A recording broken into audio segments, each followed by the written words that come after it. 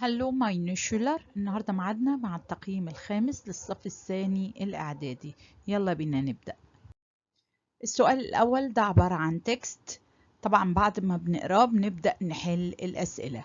هنا السؤال الأول بيقول لي In welcher Klasse ist Katrin؟ كاترين في أنهي فصل دراسي؟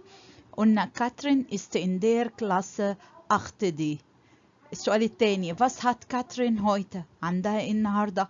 Katrin hat Sport, Mathe, Kunst, Englisch, Deutsch, Bio und Musik.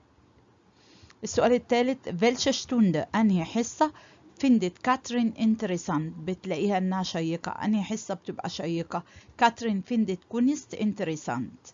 السؤال الرابع Was macht die Klasse im Sportunterricht؟ الفصل بتاعها بيعمل ايه في حصة الألعاب؟